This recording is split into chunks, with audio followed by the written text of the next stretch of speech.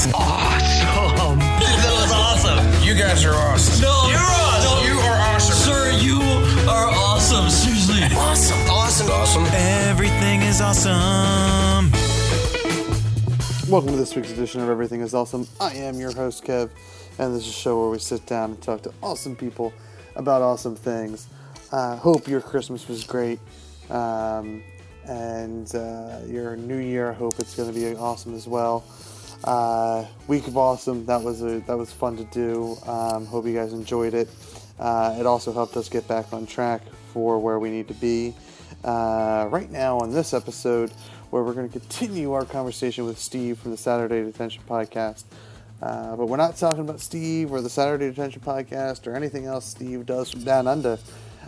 We are going to be continuing our conversation about the Mega DC crossover on the CW with Supergirl. That's up for debate. Arrow, Flash, and Legends of Tomorrow. Now, the first part was last week on Saturday, episode 47. We primarily talked about the CW shows just in general, and then also got into the Supergirl part of the crossover, which go listen to it and you'll see what our feelings were on that episode, particularly Steve's feelings.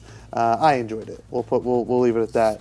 But this week we're going to get into the Flash. We're going to get into Arrow. We're going to get into Legends and the whole Invasion crossover event officially with the episodes that were named Invasion. This is Everything is Awesome Invasion right here on awesomepodcast.com. We'll see you in 2017, folks. Now, before we go into detail for the other three episodes, I just in general, here's what I want to say about all three of them. Not only were they all good crossover episodes, they were all pretty much good episodes of their respective shows. Like, Flash was a good Flash episode while being part of the crossover. Arrow was a good Arrow episode while being part of the Flashover. Legends was a good Legends episode while being part of the crossover. And I enjoyed Supergirl's thighs. I'm not giving anything away. Okay. I'm just telling you right now. I enjoy the fact that I may have you on tenterhooks as far as where I'm going to be going from here on out. Yeah, because I based off your initial comment to me, I was like, oh, he's all in. We're gonna be so happy about Invasion here. And now talking to you for the last hour-ish, I feel like I loved it and you maybe didn't, or at least you have a lot more to say about it negatively than I do. Well, I'm going to tell you right straight away going into the Flash, just to ease your tensions. This had some of the best comic book imagery I have seen in a long time, television, movie, or comic book. My first note is the whole of fucking Justice. Oh my God. That was, and I didn't even pick up on it until like the next night when I read it. I picked up on it. My synapses, as soon as that popped up on the screen for the first millisecond, everything just started snapping. And all I could think of was the dude from Caddyshack doing the voiceover for the Super Friends cartoon. I'm sure you know him better because he's probably a bit more of an American icon, but you know the guy who was Rodney Dangerfield's enemy in Caddyshack, white hair. Yeah. The judge. And he did the voiceover for Super Friends. That's all I could think. Literally, my entire world froze when I saw the Hall of Justice. As far as I was concerned, from that point on, it didn't matter how bad this crossover went. I had nothing but complete and total respect for the visual design of this moving forward. Yeah, even to the point they had the water in front of it with the sculpture. They had and they did it so it worked. It's an aircraft hangar, and they had the driveway out the front of it. Obviously, so you can bring in aircrafts big enough to test fly. And I imagine at some point we're going to see the front of that Hall of Justice open up like a hangar. Yeah, well, it was a little back behind the scenes, and this is just me reading up on the Hall of Justice the other day.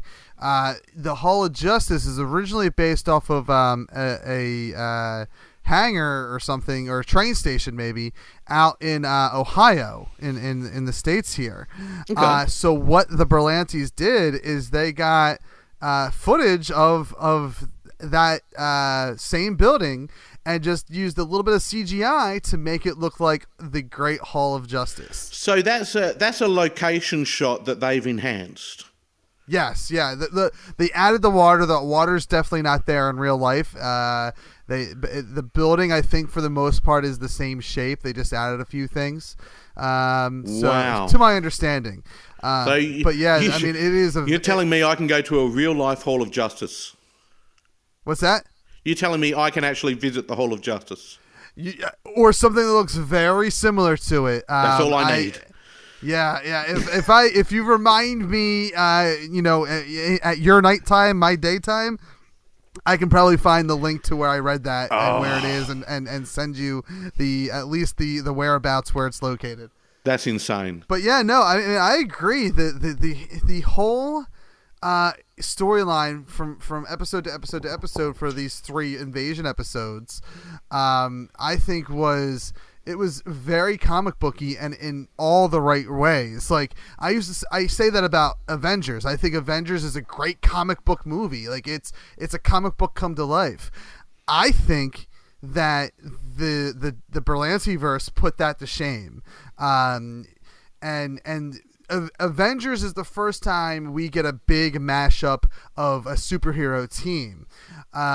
So Marvel was the first to do it. In the DC world, Legends of Tomorrow was the first to do it, but we're anticipating a massive crossover of franchises with Marvel. With Guardians of the Galaxy and Avengers and Doctor Strange and maybe even the Netflix shows. Where Infinity War is going to be massive.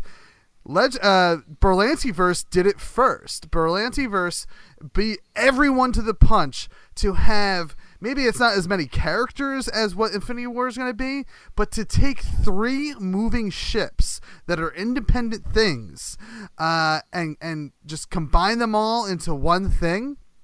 They did it first, and I think they did it exactly how you would read it in a comic book, how it would look in a comic book, and I think it's one of the best crossover. It's the best crossover, film or television, I've ever seen.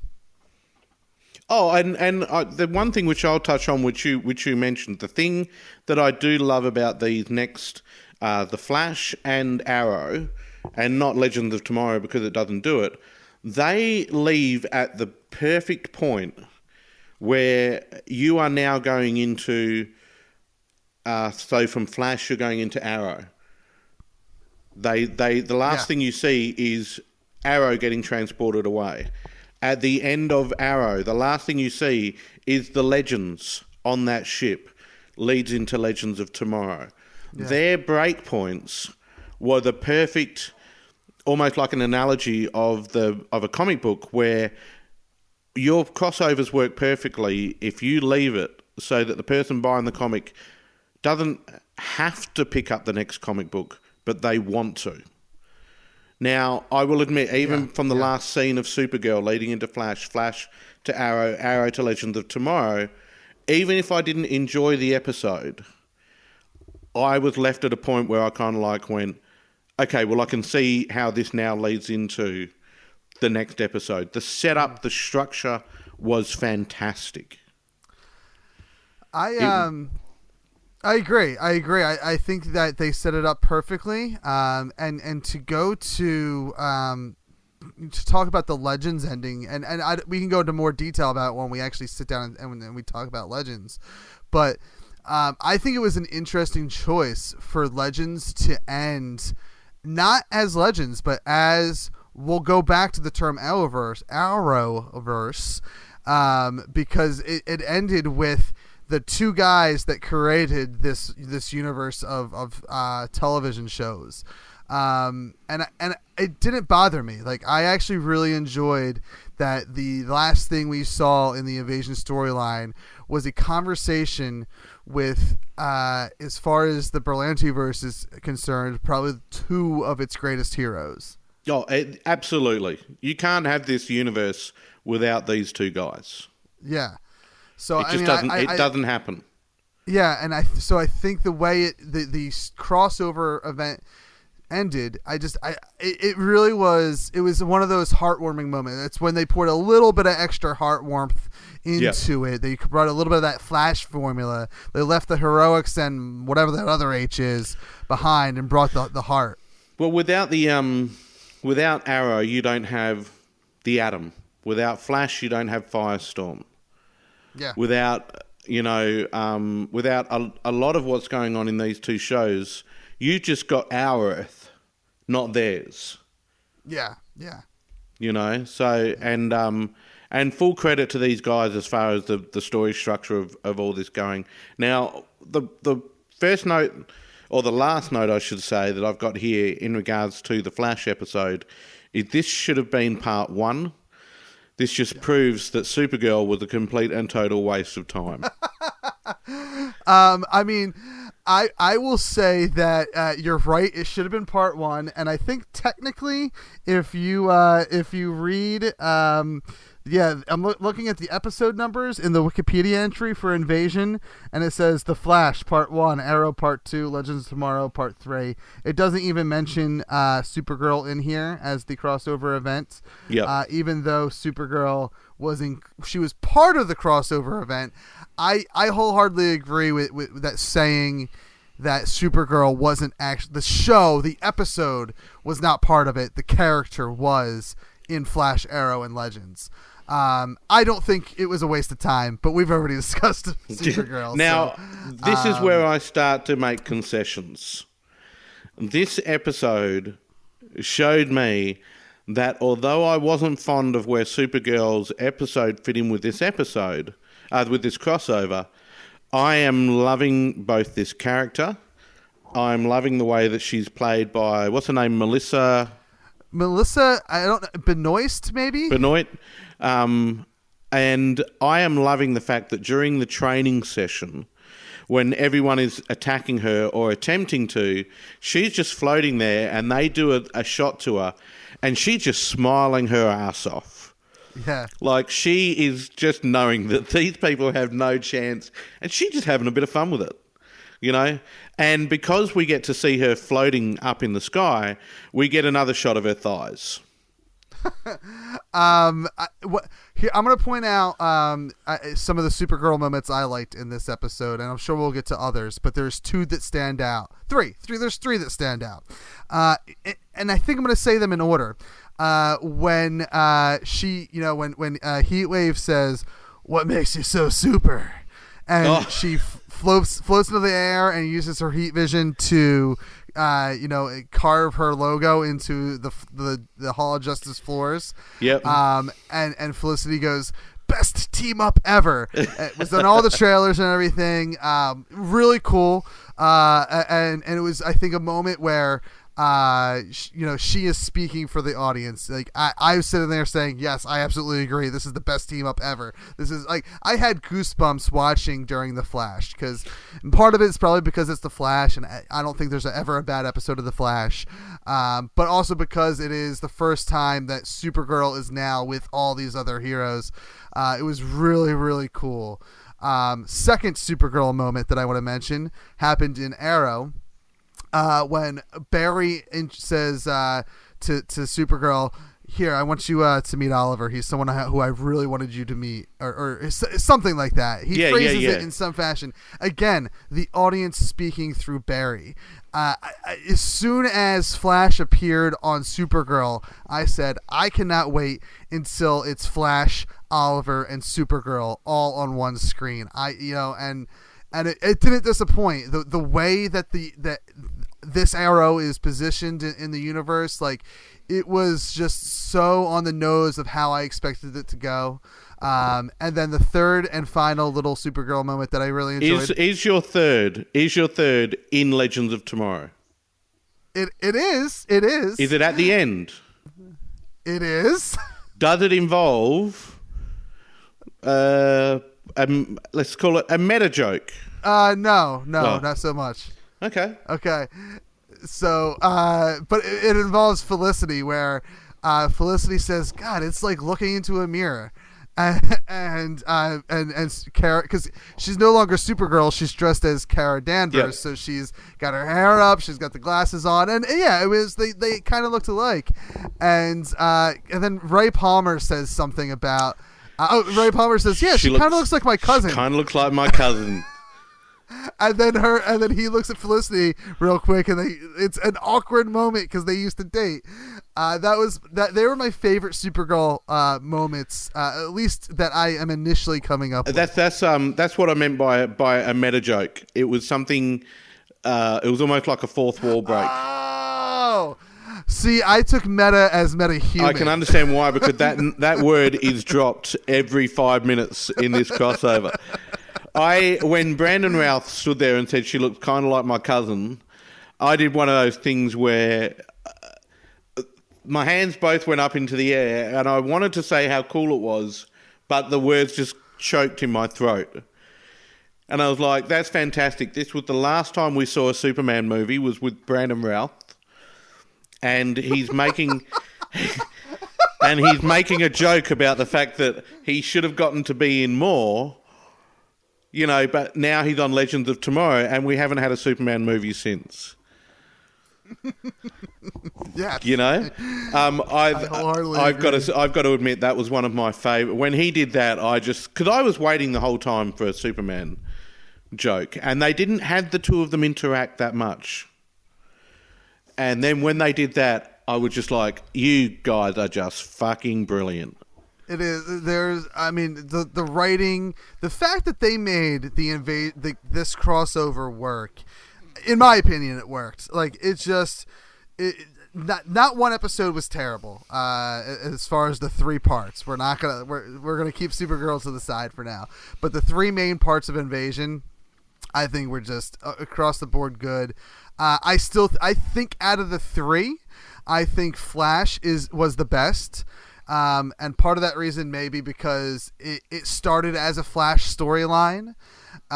So it kind of makes sense that Flash had all the best parts of it. Flashpoint influenced this storyline in a huge way, to the point where they took threads from Legends, but even the threads from Legends where you had the message from Future Barry came into it. So you even had this mini crossover between what's been happening in The Flash this season, what's been happening in Legends this season, and they kind of finally came to a head where the Flash message became poignant. It was now a thing. And it's almost like and unless that Flash message from Legends is going to pay off in another way at some point, it almost is like older Barry leaves that message so that everyone hates him and it forces himself to stay behind so that he doesn't get controlled by the Dominators. The thing that makes me think it doesn't relate to this crossover is that there's a point in that message where Barry says, Captain Hunter, you will be pulled back. Ah, interesting. Now, Rip, I kept thinking, shit, they're going to recruit and we're going to get Rip back in this episode. He never once turned up. Yeah. Now, there's going to be something that goes on later on down the track where we're going to learn that message didn't relate to Invasion, but it related to, I don't know, will we get how I mentioned about the Wave Rider being named after a time-traveling hero? That time-traveling hero is actually related to Rip Hunter.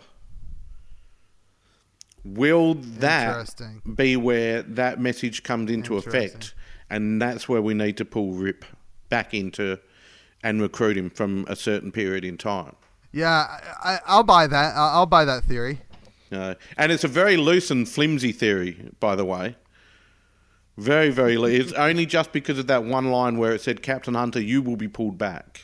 No, but you know what? That's the thing. Those little things are what makes loose theories solid theories, in my opinion. Yeah. Well, if you're willing to give my theory weight, I'm happy to take that, and that will feed my nerddom even more. Now, my last note with this episode is mind control fight. Fucking cool. enjoying this episode and this crossover a lot more now. Yeah, it totally was. It was the proper way to kick off a crossover episode. I don't think I tweeted it out, but I definitely, as I was watching it, I was like, "Now this is a crossover." Oh, this was when they toasted the president. Yeah, toasted him, and I was there any part of you, and I don't think it comes into play until the Legends episode, I think, but when the first moment that they say.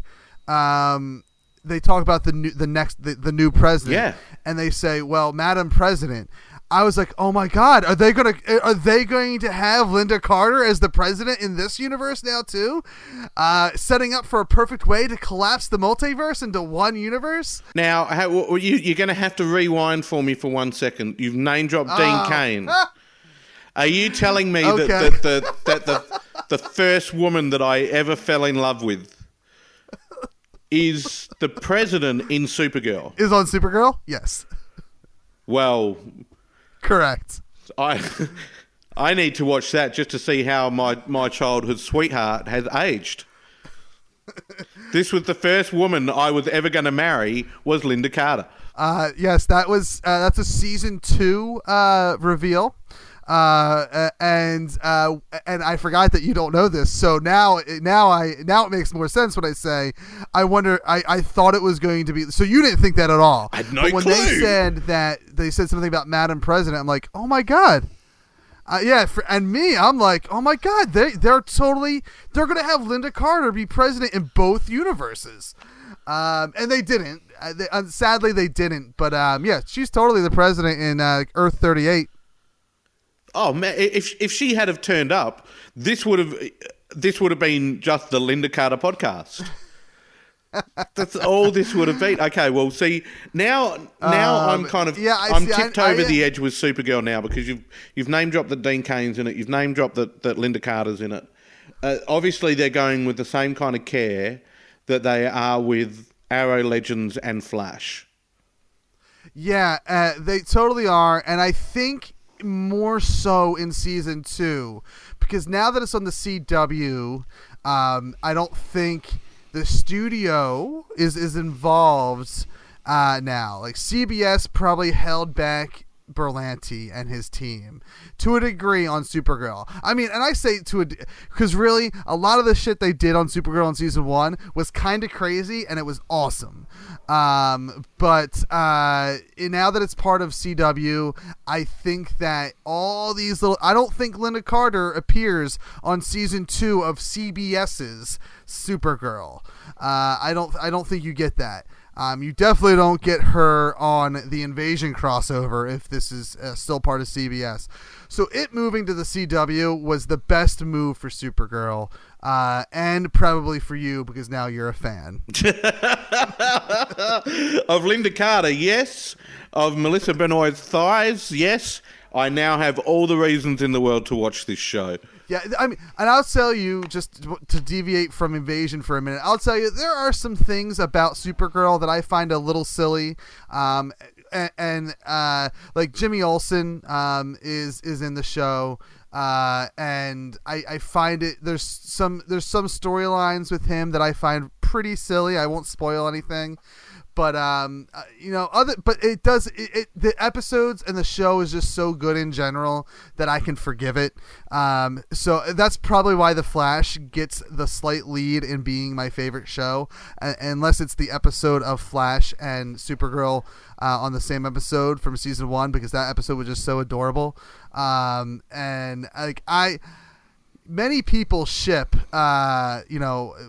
Barry and Iris. There's some people that ship Barry and Caitlin. I'm totally a Barry and Kara Danvers shipper. Like, I love the idea of them two dating at some point because they're just so adorable on screen together. They do have a great chemistry. Now, I'll shock you with something. The Supergirl episode didn't sell me on watching that and going back and catching up with it. I know you're probably surprised by my reaction here. So hold on to your hat. But the more I'm seeing Supergirl as a character interacting with this universe, the more I'm thinking I can go back and watch this show. And if I had been watching this show, perhaps I would have enjoyed Medusa a little bit more. I 100% agree. I think that that CW promoted it in a way to get the extra audience for that first night. And I think they're lucky it didn't backfire on them. I think they really are. I think it could have been no matter what, me and the other fans of Supergirl would have watched it and continued to watch the rest of Invasion. But they kind of rolled the dice of calling that a part one of the crossover with fans who maybe don't watch Supergirl, so that they would watch Supergirl and inflate those ratings. A lot of people could have said, well, fuck this. I'm only going to watch my show, which is Legends. I'm not going to watch everything because it's all a bunch of BS. Yeah. But it's as we go along, she is doing a fantastic job of selling me on the fact that I should watch this show, because her character, and I never thought I'd say this about Supergirl, but her character is absolutely adorable. She is just... Yeah. She is cute as hell. She also has this fantastic backbone to her, but at the same time isn't like a bitchy woman. You know... you pretty much summed up like season one. Like that's kind of how, like as they grow her as a character in season one, you've summed up that character growth for the most part. Now, I'm also thinking, because you've managed to sell me on this show, is I am so looking forward to seeing this Supergirl and Linda Carter just in the same scene together, so that 12-year-old me's mind can just be blown and go, oh my God, Supergirl and Wonder Woman on the screen together. This is fantastic. And I'll tell you what, if just that makes you want to smile. So far, Linda Carter's only been in one episode, but that episode is great, and there is going to be some dialogue in that episode, specifically near the end, that will make you smile big time. Well, well then my homework is, because you guys over there are going to give me no television to watch in the next couple of weeks, and I will make it my homework that during that period, I will make at least season 2 of Supergirl my number one priority. I mean, you have enough time that you could binge watch Supergirl season 1 and what we've had of season 2 so far, and start watching season 2 in January when it comes back, and be all caught up. It is. I don't think you'll be disappointed. I do think that when you watch, if you rewatch the pilot and start from season 1, I do think you need to be very forgiving for the first 2 or 3 episodes. But episode 4 or 5 is when it really finds its footing. I've been a fan of it since episode 1, but I've been a real fan of it since about episode 4 or 5. Oh, well, I'm happy to give it a go then. So, and but she is at the moment for me, and I don't know if they deliberately wrote it this way because they're trying to highlight her. I know all of these characters. I know Flash. I know the Legends. I know the guys from Arrow. In this Flash episode, she's becoming a standout for me. The fight between her and Barry, where Barry figures out that maybe she can destroy the Dominator's weapon, and they go on that run, and you get that feature where it's who's faster, and you get this great moment where Barry's running up the building, and he hasn't figured out that she's already at the top of it, and you see the heat vision come down, and you see him basically give a little girl shriek, and then have to dodge out of the way of it, do a 180 and head back down the building. I loved this as a showcase for the two of them. Yeah, I mean, and that I loved it. I can't say anything bad about this episode. No, and that's the type of like that interaction. Even though it was more heated between the two of them during that chase scene, is like the kind of fun stuff that you see in their crossover from season 1. Between the two characters. Now, the only thing which I did notice with this episode is I felt that compared to what we've seen previously, they did kind of hit us over the head with the Cisco-Barry tension. That's been... Yeah. But it's come back to the forefront. It kind of simmered down a little bit. You'd had the Caitlin Killer Frost thing going on. And then all of a sudden in this episode, Cisco seemed to go back to his first couple of episodes of the season where he really despised Barry. Yeah. The first couple episodes of the season, he despised Barry, and then they kind of made amends. Yeah. And then in the Killer Frost episode, directed by Kevin Smith, it came to light that maybe if Barry didn't create Flashpoint, his brother still would be alive. So I get the tension coming back again, but I do agree that they made it a real point to stress that in this episode.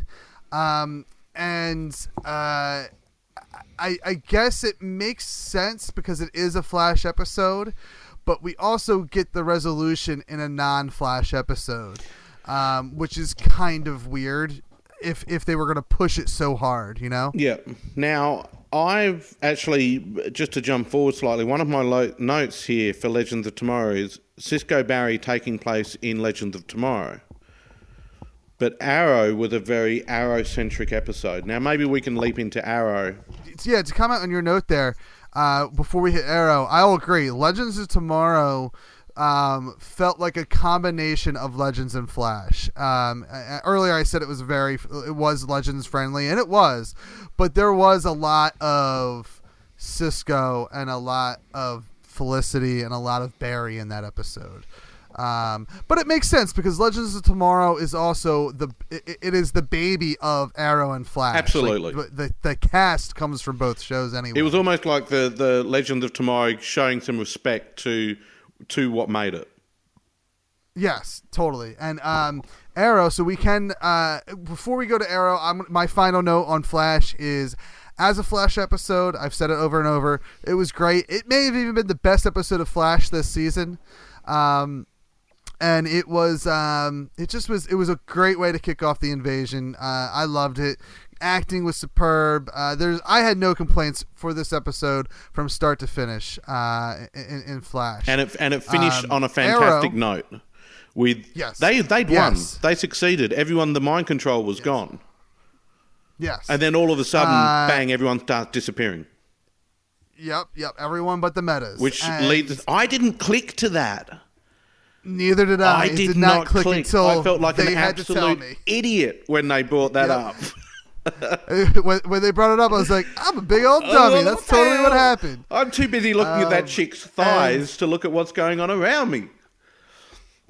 I think it was interesting. They didn't really promote this as Arrow's 100th episode. At least I didn't notice that they were promoting it as Arrow's 100th episode. But the Invasion portion, the Arrow portion of Invasion, is actually their 100th episode through 5 seasons. Arrow is a show that kicked off this whole entire Berlanti-verse. And it's a show that has had its fans burned last season. Burned to the point where the people that run the Reddit group turned it into a Daredevil group during the off season, during the summer. So wow. It had to earn, Arrow had to earn its fan base back this season. And I think it's done that since the first episode. I think it's been great. I think it's been completely the opposite of what season 4 was, which season 4 turned into more of a like soap opera between him and Felicity was way too she was too much of a superhero without being a superhero. Right. Season 5 has corrected that. So leading up to this 100th episode, I think we were just getting better and better episodes with Arrow here. Now I've been touching on Arrow this season because of one simple reason is that they've been bringing in Vigilante, they've been bringing in Wild Dog, they've been bringing in all of these fringe characters from the DC universe. Yeah, and for me, all these characters really, I don't know any of them really all that well. Whenever they introduced them, I had to go online and read about them and become more familiar with them. I love the idea I think one of the big things I loved about Arrow this season is actually more of a Flash thing, is that they stuck to the Flashpoint turning John's daughter into his son.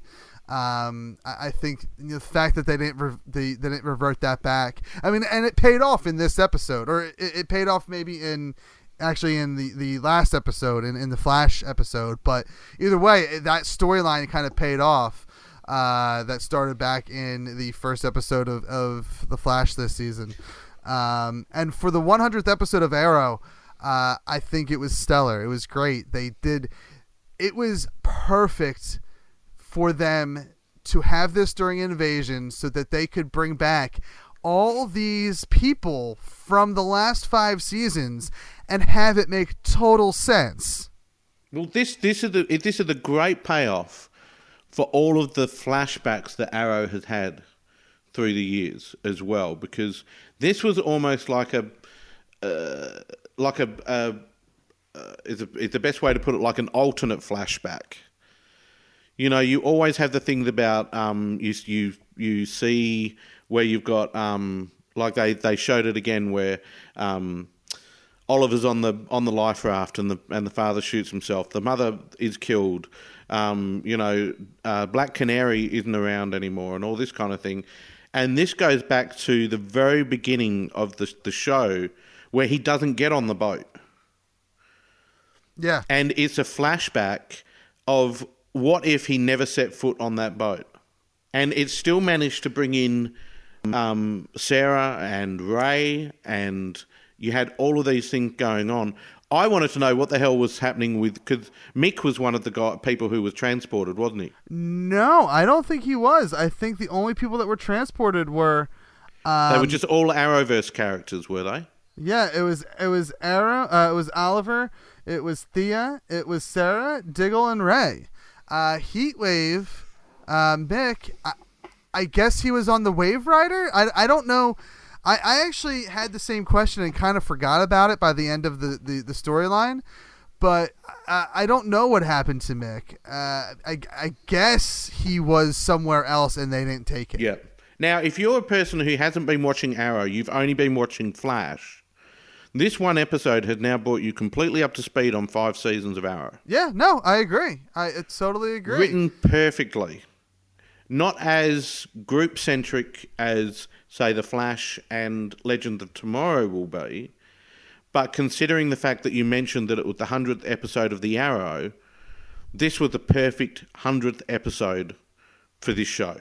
Yeah, I mean, it was for, let's say, 95% of the episode, it was strictly Arrow people. Now, yes, 2 of those Arrow people are on Legends, but they started off on Arrow.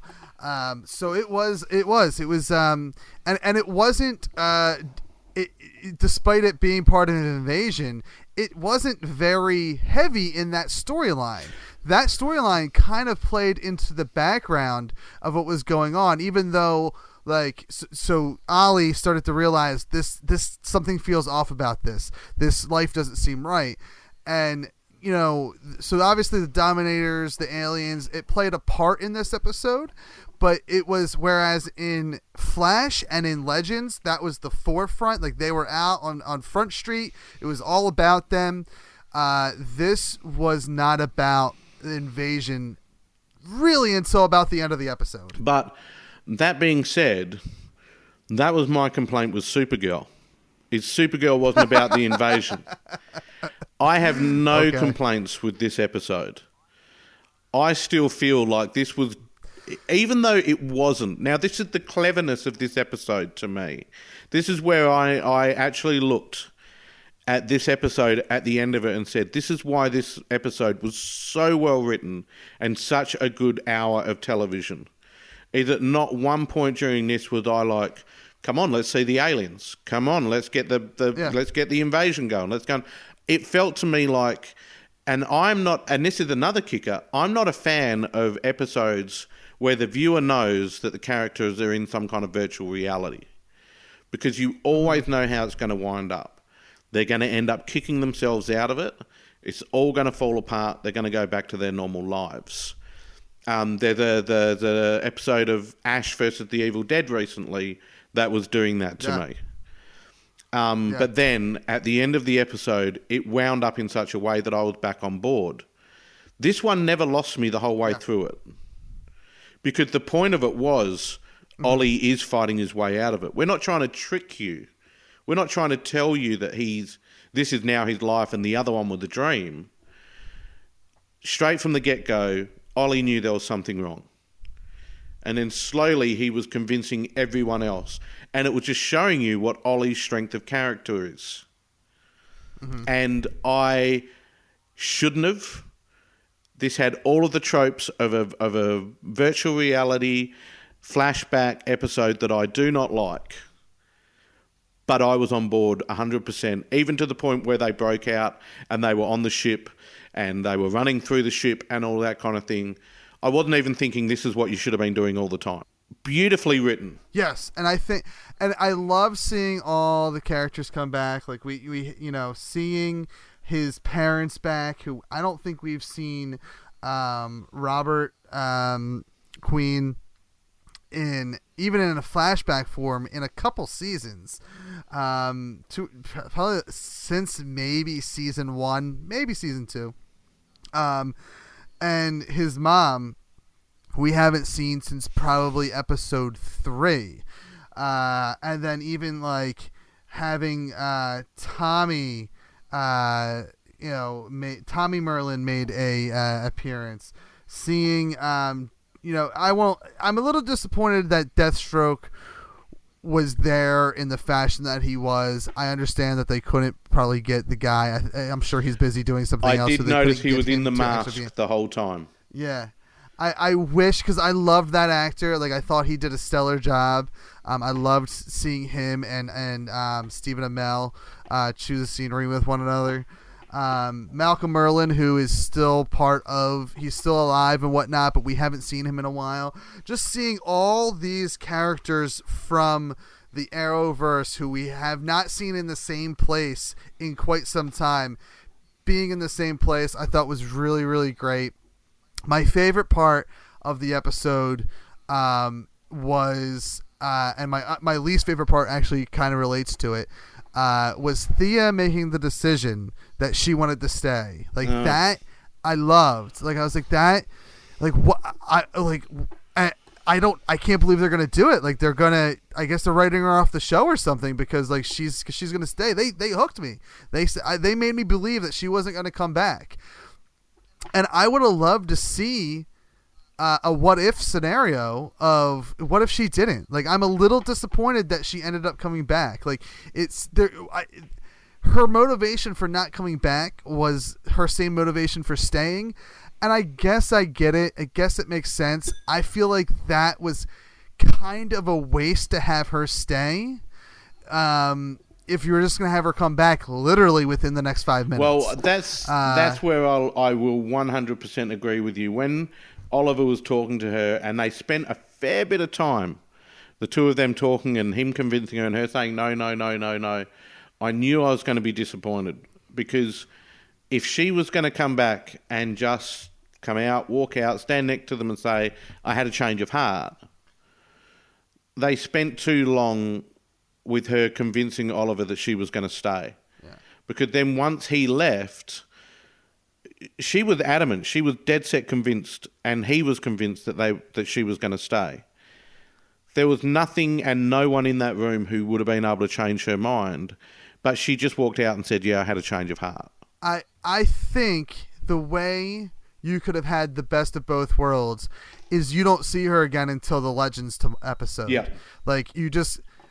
you leave what happened to her ambiguous enough to where you could write something clever, even if it's just in one line of dialogue, where it could be the same line. It could be her coming back and saying, I realized I couldn't leave my family behind. And I would have been happier with her showing up, in the middle of the fight on Legends. Yep. I think that would have made much more sense. Yep, absolutely. But aside from that, this whole thing was a great way for them to introduce people who had maybe only been watching Flash or the sci-fi elements of Legends of Tomorrow, or even Supergirl, because it was on a different channel, like you were saying, and bringing them in and giving them an entire backstory, and none of it felt like exposition. Yeah, no, I agree, and I would say that's probably, I said it about Flash, but I'll say it about Arrow too. I think it was the best episode of Arrow this season at the least. I think Flash had the best episode, probably the second best episode of Flash ever. Definitely the best episode of season 3. Arrow had its best episode of season 5, best episode of season 4. Probably its best episode since somewhere in season 3. It just was a really good episode, and they were lucky that they were able to line up their 100th episode with this episode, because it just was a perfect 100th episode and a great middle chapter to the Invasion storyline. Oh, absolutely. Now, then you get them, once they break out, then you start getting knee deep into the Dominators and the Invasion and all of that kind of thing again, as they're trying to escape off the ship, jump onto the drop ship. I was surprised by you've got this one single ship with a bunch of non-metahumans on it, and the Dominators sent an entire fleet after this one ship and still couldn't destroy it. Well, and I think it was to show how serious the Dominators were with stopping the teams from fully rejoining one another and becoming a full force, because they were, at this point, we only know that they're afraid of the metas. Yep. So I think I enjoyed it. I thought it was a great way to kind of to hammer that home, that's how important destroying these non-metas were. Yeah. And they're still you've got all of these people with powers and stuff like that, but these are the people who are going to give them the information they need. Now, when it comes out the line about, the weapon is almost complete, being as entrenched as I am in the Invasion comic book, I knew that we were looking at the meta bomb. Oh, okay. Because I knew that, because what happens is Invasion at the end of issue 2, the Daxamites, like Mon-El, turn the tide of the Invasion, and the Alliance actually surrenders and hightails it out of there, and one rogue Dominator who is acting against the orders of the entire Alliance detonates the metabomb. Now, at the end of the second issue of Invasion, he actually succeeds in detonating the bomb, and all of Earth's metahumans are wiped out to the point where they're all in comas. Oh, wow. Some of them, one of the great things about Invasion, is a lot of the heroes actually die from the metabomb. They wipe out quite a few of the heroes who maybe their books weren't selling well, or they wanted to trim a team down. And, so it's like, let's use this to cut out the deadwood. And then issue 3 of Invasion is actually a select few. You've got Martian Manhunter, Superman, Starman, a couple of the Green Lanterns, and the Doom Patrol and the Omega Men. Oh, sorry, not the Doom Patrol. The Omega Men heading to the Dominator's home planet to get a cure for the metabomb. So this is where the deviation is huge compared to the comic book. Because it does explode at the end of the second one, and I knew at this point, well, we're not going to the Dominator's home world, because we're already heading back to Earth, and then we're heading into Legends of Tomorrow. There's not enough time to get a team together, head and do a siege on the home planet. And as a person who knows the Invasion comic book, this is where, for me, I was kind of like, okay, so in this version, they're not even going to detonate the bomb. Okay. But I didn't expect the time travel element of this show. And I should have, because it's Legends of Tomorrow. Yeah, you know what? I was wondering what they were going to do on Legends. And before we get to Legends, just to recap, I think Arrow was great. I think it was the best episode of Arrow this season. Legends, I don't know if I would actually say this is the best episode of Legends this season. But I also don't know how much I want to call it an actual Legends episode, because it's very crossover heavy. This was the one episode, and I'm reverting because I said earlier in the episode it was true to Legends, but honestly, the only thing that made it true to Legends was the time travel aspect. Other than that, it was mainly a crossover episode with furthering little bits of the storyline for Legends and Flash. Actually, like, it was a very heavy on Invasion, and then Flash and Legends storyline as two separate things.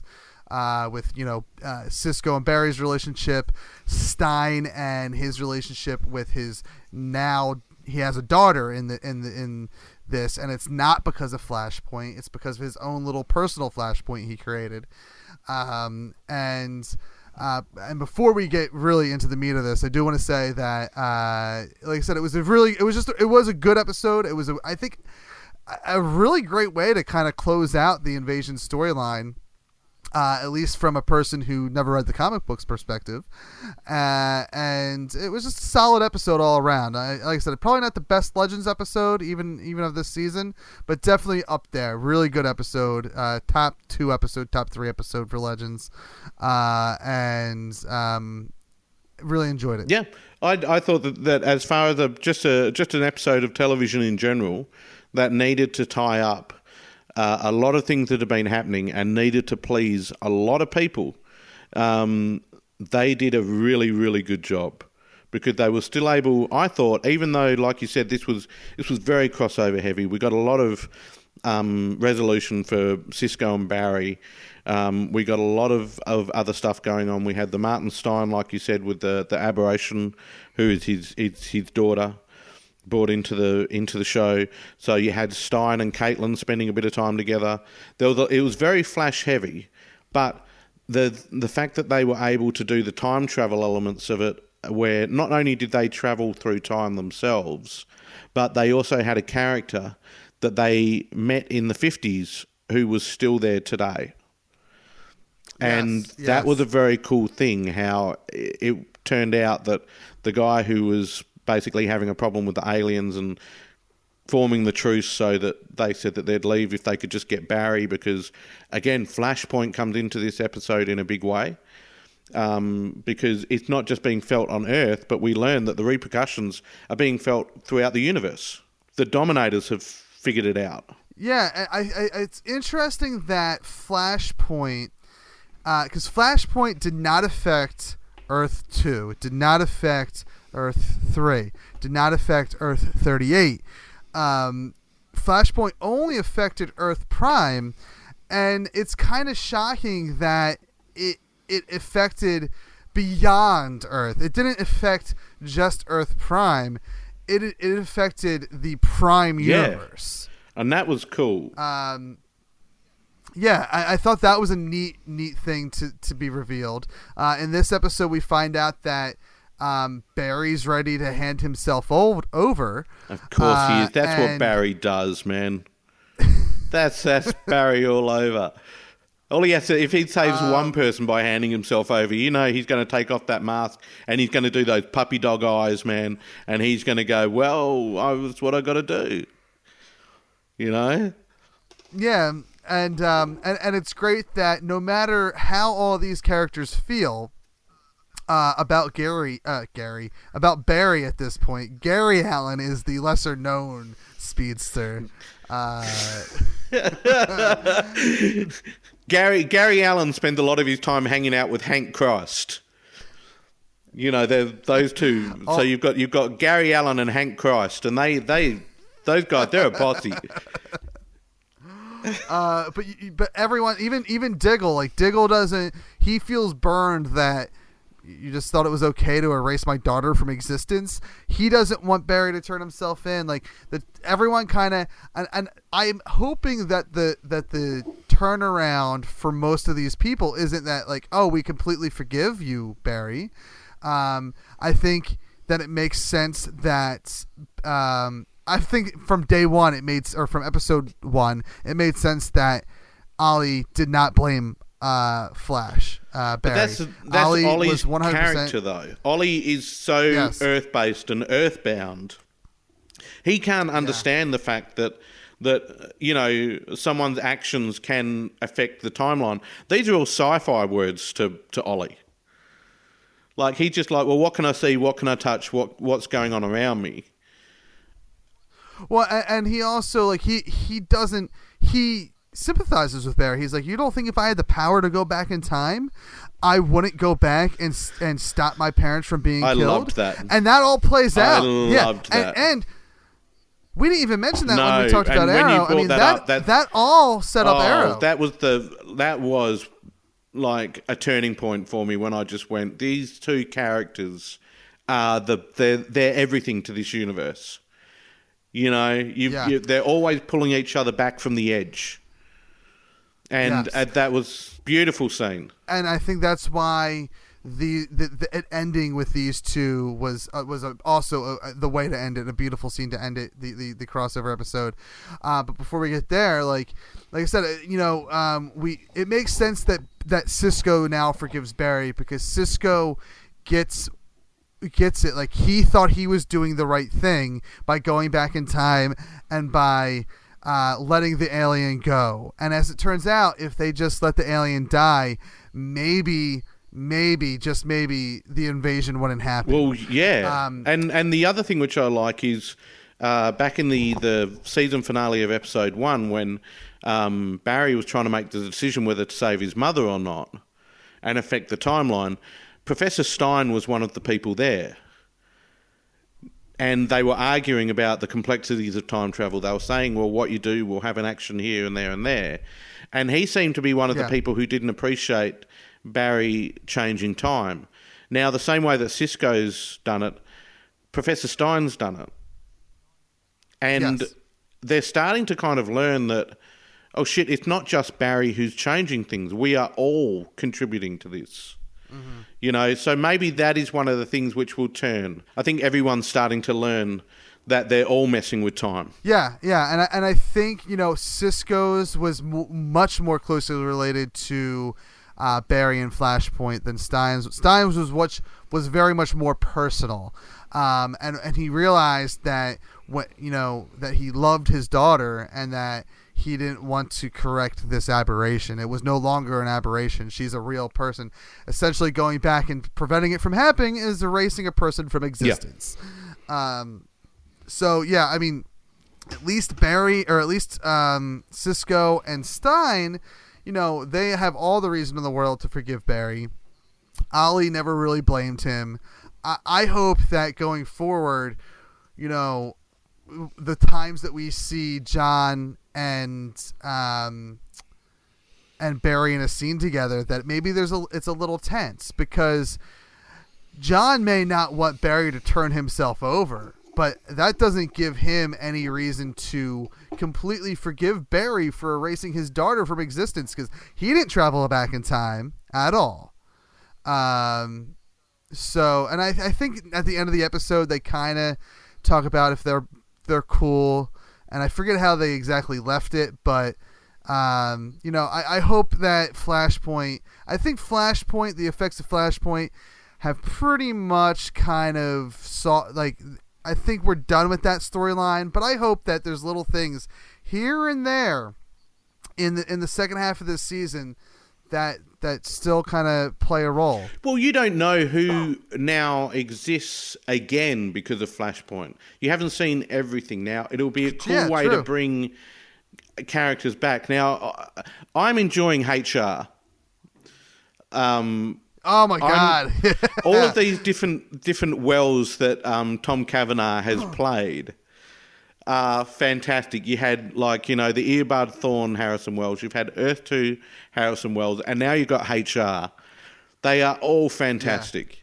But I still think the best nemesis that he had was Earbud Thorne Harrison Wells.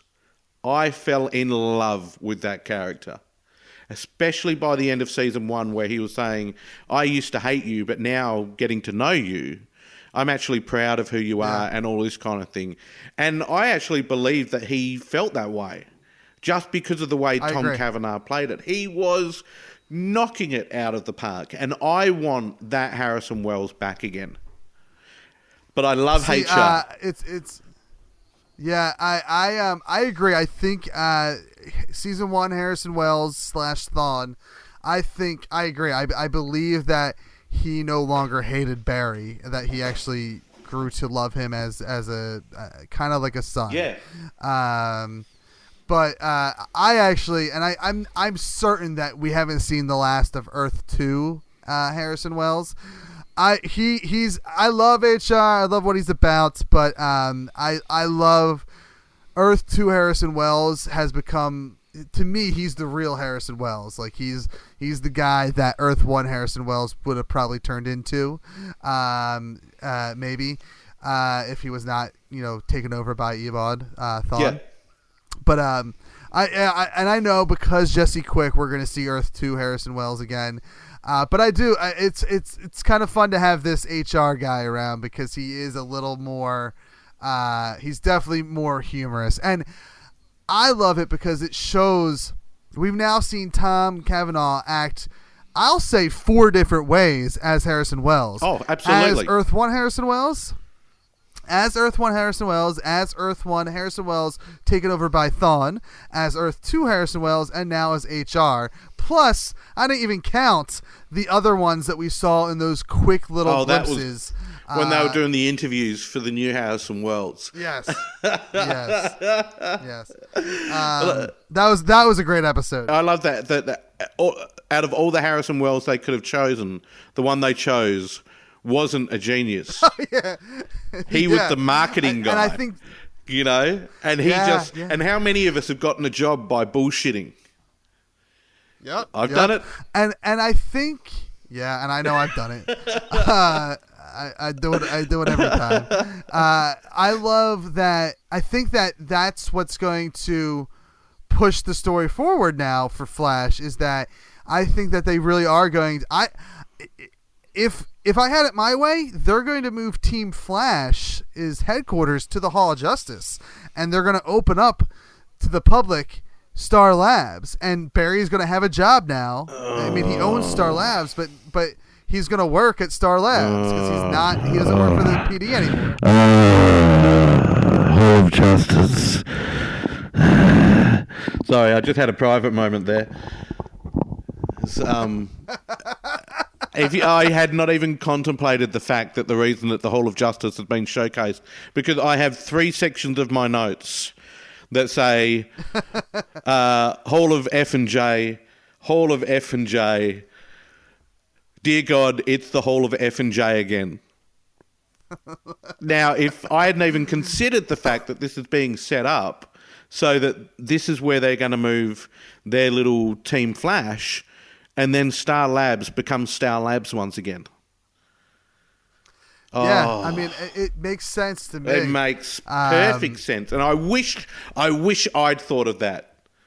Damn you! Oh, boom! Yeah, damn you!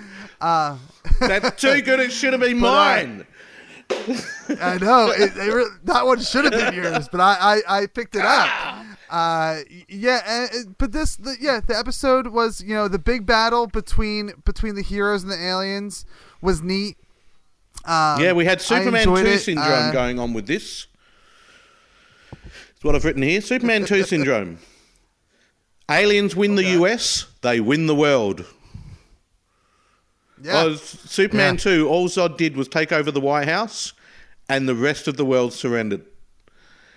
In this, all the aliens had to do was, and it's a common syndrome that goes on, that once they got rid of the US aliens, Felicity looks at the screen and goes, it's not just happening here. And I was just like, well, why is it happening everywhere else?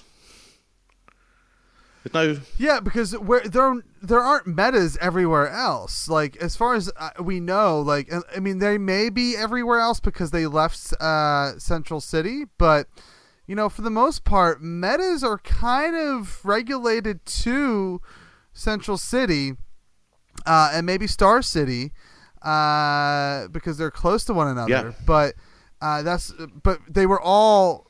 At one point, they were only all located in Central City when the thing went off. So it is weird that they were everywhere. But I did love this final battle. I loved Firestorm's transmutation powers coming into it, because we haven't had that much going on during this. The Atom's taken a bit of a back seat. Firestorm had taken a bit of a backseat. Stein had stepped up, but Firestorm had kind of taken a bit of a backseat. Mick is there for the one-liners. Now, I don't know if you noticed this, and I'm not sure if it's appropriate in a kid's show, but did you notice as Mick was burning all of the aliens with his gun, he decided to throw out a Deliverance reference? Yes, I did. Now that you say it, he totally did lay out a Deliverance. It wasn't exactly reference. word for word, but we knew what he was talking about when he was like, "Fry, little piggy, fry." Yeah. Now, for me, as a parent, my daughter had no idea what I was laughing at, and I'm never explaining it to her. She's never watching that film, no, never. so she'll never know why I was laughing. But I just thought, oh my God, this is just—it's getting to the point with this show where it is just fantastic because of the amount of references in it. Before we wrap up the not only Legends of Tomorrow but the podcast, I do want to talk about Mick real quick because he was there for the one-liners, but he was probably he's in the top 5 of my overall moments of the show. Like, he had all the great lines with Supergirl. Like, his interaction with Supergirl was just as adorable as Barry's was in the season 1 crossover. I loved when she asked, "How'd you get the name Heatwave?" Yeah, and with all those powers and everything she has, and she was still taken aback. You know, like I burned my parents alive and I love fire. Like that. Like, she doesn't know what to do with that information. Like, she was expecting a group of heroes, and you got this guy who said something that is without a question villainous. See, I miss Captain Cold at the moment. I thought that whenever he turned up on the Flash, and for the first season of Legends of Tomorrow, I thought Wentworth Miller chewed the scenery with such amazing talent. He was just, everything he said was smarmy and villainous and all that, but with this amazing sense of charm. Now, I love Heatwave equally. Like, even at the end when she gets that little, portal device, and he just pops out of nowhere and walks past her and just goes, "Call me skirt." And it's just, and she just walks past and she's still got that same look on her face. But I'm sure in Mick's mind he would probably think, yeah, she'll call me. Yeah. No, I think he might even have been my second favorite part of the episode, just behind the whole entire episode, Flash episode. I mean, he was great. I can't help but smile. He's never wasted. And the guy who plays him just with this kind of sense of irony. Knowing what he's doing, but just loving it. And I gotta say, like, I've liked the character of Mick. I think, especially when Captain Cold was around, like, I love those two playing off one another. So far this season, like, I haven't hated Mick, but like, he was just another character and part of the team.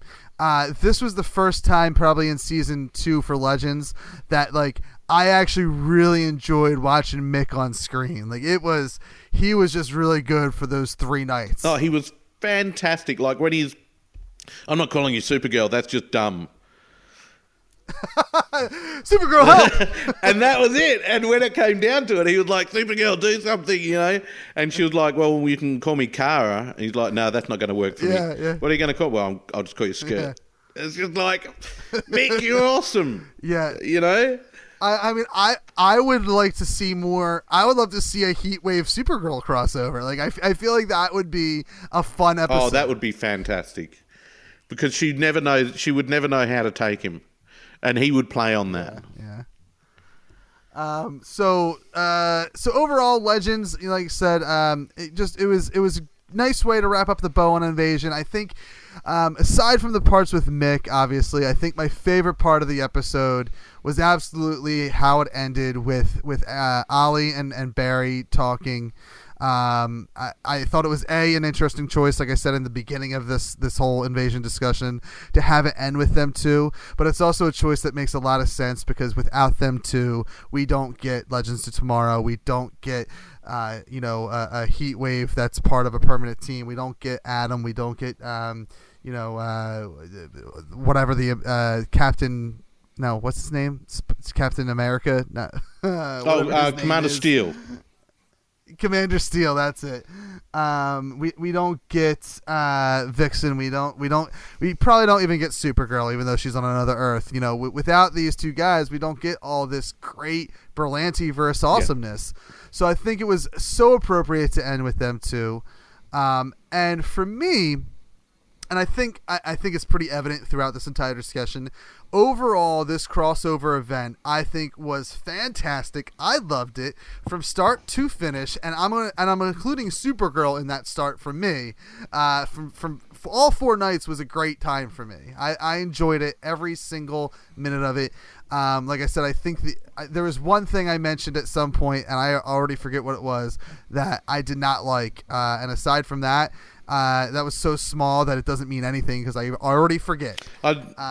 Now, what is, Steve, your opinion on Invasion, the television 3-part event for you? Because we know you don't count Supergirl as it.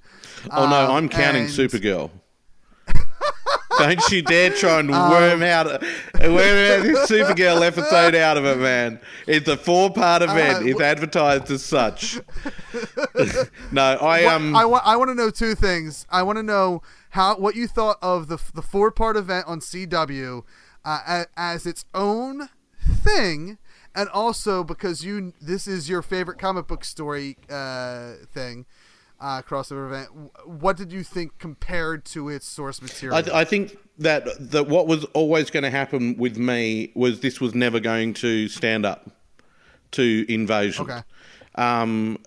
For me, that the standard was too high. You had certain things going on at the time as well. Like you had Todd McFarlane was just coming onto the scene as far as artwork goes, and some of the artwork, like issue 2, was his.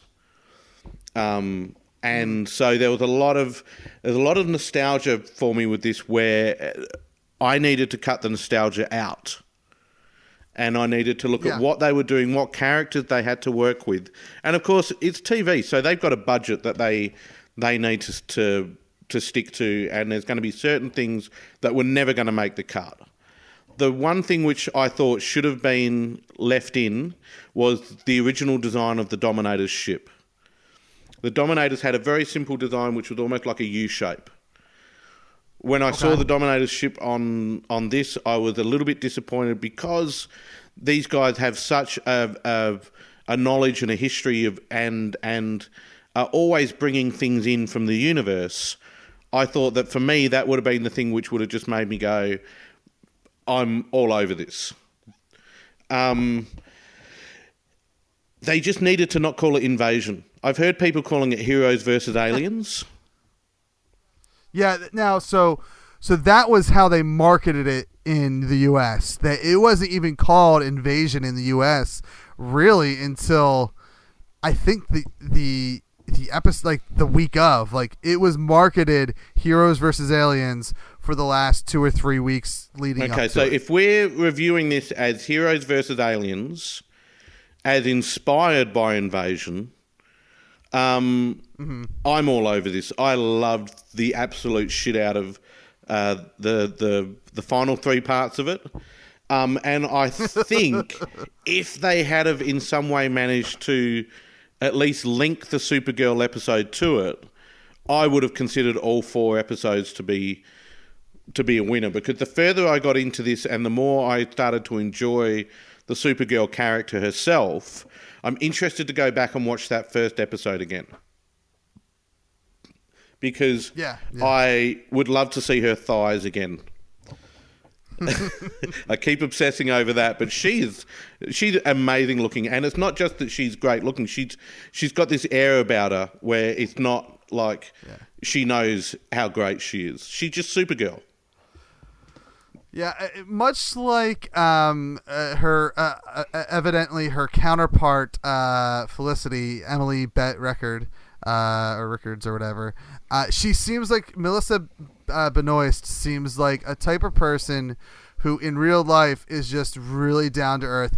Maybe not as much, and I don't like using the term party for Felicity, but maybe not as much of a partier based off of what I see through her social media posts, but definitely like just she seems like I picture how she is as Kara Danvers and Supergirl in the episode where Flash in season 1 comes on board, how kind of adorable and adorkable she is. That's how I picture her in real life. She just seems like a really kind of a fun person to hang out with if you're like a nerdy person. There's like just us. a quality to her that seems like, it's not a tangible thing, but it's just like, some people have it and some people don't.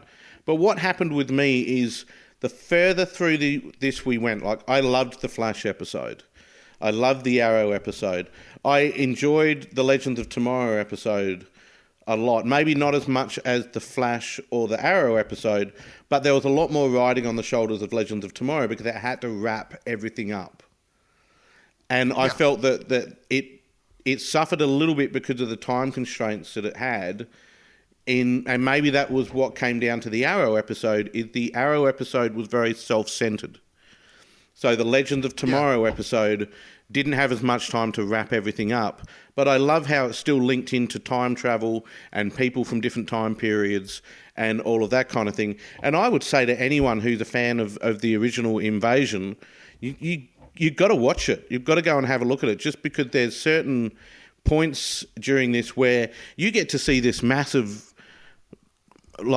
team of DC heroes pulled together from different parts of the multiverse and the country and different cities and even time periods fighting aliens. And at the end of the day, that's what Invasion was about. It was about bringing in all of the characters so that you would be introduced to characters you haven't seen before. Like I haven't seen Supergirl from the TV show before. Now I'm familiar with her. And to use a comic book reference, I will now go and pick up her title. Yeah, I don't think you'll be disappointed. And I think that's what crossovers have to do. You have to come away from a crossover thinking, I'm now interested in one more character than I was before. That's what this did for me. So it's a success. It has to be. It was just so much fun, man. We got to see the Hall of Justice. We got to see, we got to see Mick and Supergirl. We got to the Brandon Routh reference to the last Superman movie that came out. We even got a Battlestar Galactica reference with Felicity at one stage turning around and saying, "Oh, frack." Yes, that's right. That's right. I couldn't agree more. At the end of the day, I think we both just enjoyed the hell out of this. No, but going back to the episode or the crossover, I could not agree more with you. I at least it's from the standpoint of it was good. It was just good. It was fantastic. It did what it needed to do. Hopefully it bumped up the ratings for every single episode big time. In some cases, I think it quadrupled the ratings. So hopefully it takes that, and we have with at least the 3 parts that were actually called Invasion, they each have 1 episode left after their episode. Flash, as of this recording, Flash and now Arrow, at least in the States, have aired their winter finales already, and we just have Legends of Tomorrow to air. But hopefully when we come back in spring or in, I guess, in January, or I know Supergirl's coming back in January. I don't know when everyone else is coming back. But hopefully when we come back in 2017, the ratings are just like, people are still like, hey, you know what? Invasion was great. Let me go watch all the Berlanti-verse because it is just all the goodness. Yeah, it surprises me, man, that you say that a couple of them still have 1 episode left. This is the way to leave it. This should have been the finale. I agree. I 100% agree. Flash, the three called Invasion, they have 1 episode after the crossover left, and it may be because obviously for all 4 shows, not so much Supergirl because it was very Supergirl centric, obviously, but all 4 shows were in the middle of their own massive storylines that they're telling, they interrupt it basically, but in a way that's very believable. And now I think what the CW and Berlanti want to do before the winter break is, hey, let's remind you the story that we're telling individually with these shows and kind of maybe not wrap that story up, but leave it with a little bit of a cliffhanger so that when we come back next year, you're ready to get on with, with Flash, Arrow, and Legends in their own storylines outside of that epic crossover we just had. That makes sense. Now, I've got one last question for you before you, because of the time difference, you must be starting to fall asleep at your microphone. I'm not falling asleep, but A, I have to pee like a racehorse, and B, my eyes are very droopy. I got one quick question for you, because of when we both mentioned that we enjoyed the final scene from Legend of Tomorrow. Would you be satisfied if this is the way that the DC TV universe ended? If this was the finale? I think I don't. No, I don't think so, because if it is the way Arrow, like if Arrow and even maybe the Flash were done after this, I would be okay with those two characters wrapping up. But there's still so much for Supergirl and Legends to get into that if it was the entire small screen universe just folding after this, I would be very disappointed as a fan of story. And then I would be disappointed for Flash and Arrow leaving, because I'm just a fan of having more and more and more. Cool. Like, I never want it to end. I do like the idea of it. Even if it's not this, I do like the idea of when it finishes up with these two guys. Not having finished their careers or anything like that, but just like a chink with the beers, and here's to future adventures. But the thing which confuses me is you mentioned that the DC small screen universe, as if there's another one. Do you know something I don't? Or is there, there's rumor that there's a DC cinematic universe out there. I guess it depends on who you ask. But maybe that's my mind is playing tricks on me. Maybe I'm picking up something from Earth. So it's going to be very confusing having Brandon Routh play both the Superman and Ray Palmer. And it's going to take a lot to get Val Kilmer back in that suit. So, who knows? Maybe in the future. Oh, wait a second. We're going to end the episode before I ask this question, because I want this to try. Let's wrap with Invasion was great. Let's Steve from Saturday Detention, throw out some plugs for yourself and your podcast. Where can people find you? And at some point we'll get you on Everything is Awesome as an actual interview versus a co-host of sorts for our very special Everything is Awesome Invasion episode. Well, you can find me on the Saturday Detention podcast and on Twitter at the Detention Pod. Apart from that, you can find me on this episode where me and Kev talk about Invasion, and I'd suggest that if you're interested in Invasion, go and listen to that episode. You can be found on Twitter at ThatNerdyKev. This show can be found on Twitter at Awesome Podcast. No, at Real Awesome Podcast. Man, I haven't done this in a while. We'll be back at some point. I don't know, because I haven't posted in a while as of this recording where this is going to fall. Hopefully sooner, definitely before the new year. And definitely before Christmas, I think. But yeah, and there will be an episode explaining why Everything is Awesome has been so hectic lately, or so non-existent lately. For Everything is Awesome, first of all, thank you, Steve, for coming on this show. I know we'll have you on again, if for nothing else but other special episodes that we air, so that we can talk geekdom outside of that show. Had one hell of a time, man. Thank you very much for having me. Loved it. For Everything is Awesome, I am Kev. We'll see you next time right here on Awesome Podcast. Stay on awesomepodcast.com. Stay awesome. Or no, wait. The closing line is, we've been awesome.